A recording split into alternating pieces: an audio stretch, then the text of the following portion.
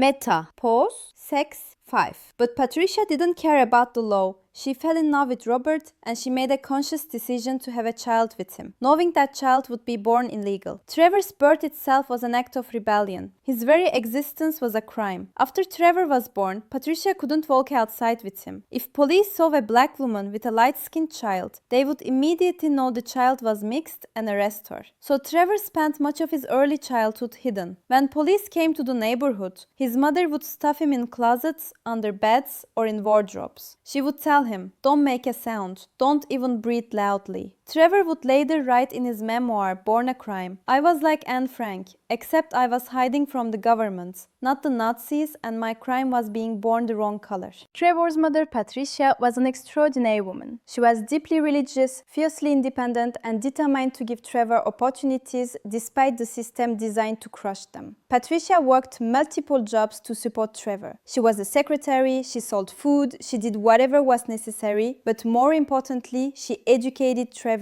about the world. South Africa under apartheid had different areas for different races. Black people lived in townships, white people lived in suburbs, colored people, which is what mixed race people were called, lived in separate areas. Trevor didn't fit anywhere. He was too light to be black, too dark to be white, too black to be colored. At school, Trevor struggled with identity. When he played with black kids, they would say, "You're not really black, you're colored." When he played with colored kids, they would say, "You think you're better than us because you're light." Trevor felt like he belonged nowhere. He later said, "I was like a chameleon. I learned to blend in everywhere, but truly belonged nowhere."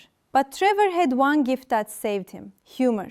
From a young age, Trevor realized that if he could make people laugh, they would accept him. Laughter became his survival tool. In school, Trevor was the class clown. He would mimic teachers, he would make jokes, he would do impressions. Teachers would punish him, but students loved him. Trevor's mother saw his gift. She encouraged him. She said, "Trevor, you have a special talent. Use it wisely." But life at home was about to become dangerous. When Trevor was 9 years old, his mother married a man named Abel Shingange. At first, Abel seemed nice, but soon his true nature revealed itself. Abel was an alcoholic and violently abusive. He would come home drunk and beat Patricia. Trevor would hear his mother screaming. He would hear things breaking. He felt helpless. As Trevor got older, he tried to protect his mother. One night, when Abel was beating Patricia, teenage Trevor stepped in. Abel turned his rage on Trevor and beat him too. The abuse went on for years. Patricia stayed with Abel because she was financially dependent on him and because in their culture, women were expected to endure. But Trevor's mother was also incredibly strong. Despite the abuse, she never stopped being a mother. She never stopped loving Trevor. She never stopped believing in him. When apartheid finally ended in 1994, Trevor was 10 years old. South Africa was free, black people could vote. Mixed-race children were no longer illegal. But freedom didn't erase poverty. Trevor and his mother were still poor. They still lived in the township. They still struggled. As a teenager, Trevor started getting into trouble. He sold pirated CDs. He DJ'd at parties. He hustled to make money. But he also discovered something. He was really funny. When he performed at school talent shows, people couldn't stop laughing. At 18, Trevor made a decision. He would become a comedian. Everyone thought he was crazy. His friends said, "Trevor, there's no money in comedy,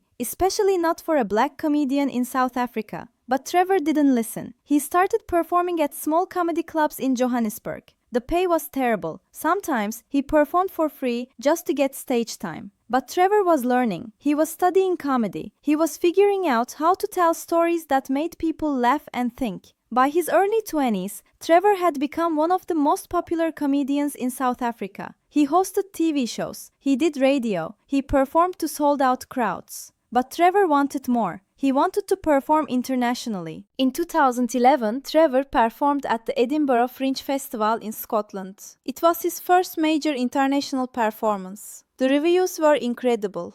American comedy clubs started inviting him. In 2012, Trevor performed on The Tonight Show in America. Then he performed on Late Show with David Letterman. American audiences loved him. They had never seen a comedian like Trevor before.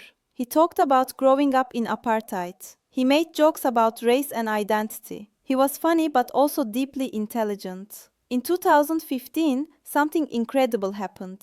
Jon Stewart, the legendary host of The Daily Show on Comedy Central, announced he was stepping down after 16 years. Comedy Central needed a new host. They considered many people, big names, famous comedians, and then they chose Trevor Noah, a relatively unknown South African comedian. People were shocked. Some were angry. They said, "Who is this guy? He's not even American. How can he host an American political comedy show?" But Comedy Central saw something in Trevor. They saw intelligence, they saw a global perspective, they saw someone who understood oppression and could talk about American politics with fresh eyes. Trevor took over The Daily Show in September 2015. The pressure was enormous. Jon Stewart was beloved. Trevor was replacing a legend. The first few months were tough. Critics attacked him, ratings dropped, people said he would fail. But Trevor didn't quit. He kept working, he kept improving. He brought his unique voice to the show. He talked about American politics from an outsider's perspective. He compared American racism to South African apartheid. He interviewed world leaders and celebrities. Slowly, people started to love Trevor's Daily Show. Ratings climbed. He won awards. He became one of the most influential voices in American media. Then in 2009,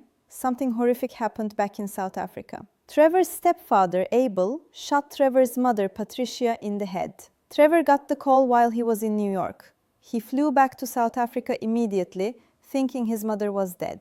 But miraculously, Patricia survived. The bullet went through her head but missed her brain. It was a medical miracle. When Trevor arrived at the hospital, his mother was alive. She looked at him and said, "I'm fine, it's just a scratch." That was Patricia. Even after being shot in the head, she was strong. She was unbreakable. Abel was arrested and sent to prison. Patricia finally got justice. Trevor wrote about his mother in his best-selling memoir, Born a Crime. The book became a global phenomenon, selling millions of copies worldwide. In the book, Trevor wrote, "My mother is my hero. She risked everything to give me a life. She taught me to think. She taught me to question. She taught me to be free." Today, Trevor Noah is one of the most successful comedians in the world. He's worth over $100 million.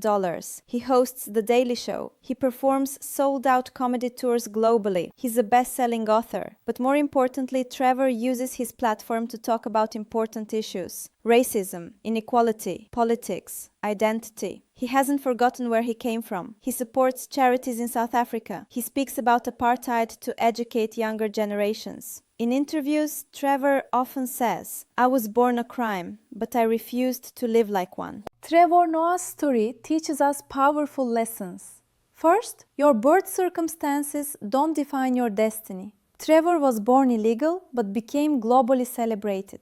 Second, humor can heal trauma. Comedy helped Trevor survive abuse and apartheid.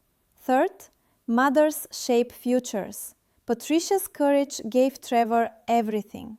Fourth, outsider perspectives are valuable. Trevor's South African background gives him unique insight into American politics. Fifth, turn your pain into purpose. Trevor's suffering became his material and his mission. From being hidden in closets as an illegal child to hosting one of America's most influential shows. From surviving abuse and apartheid to making millions laugh worldwide. Trevor Noah proved that being born a crime doesn't mean you have to live as one. So, what did you learn from Trevor Noah's story? Drop your thoughts in the comments below.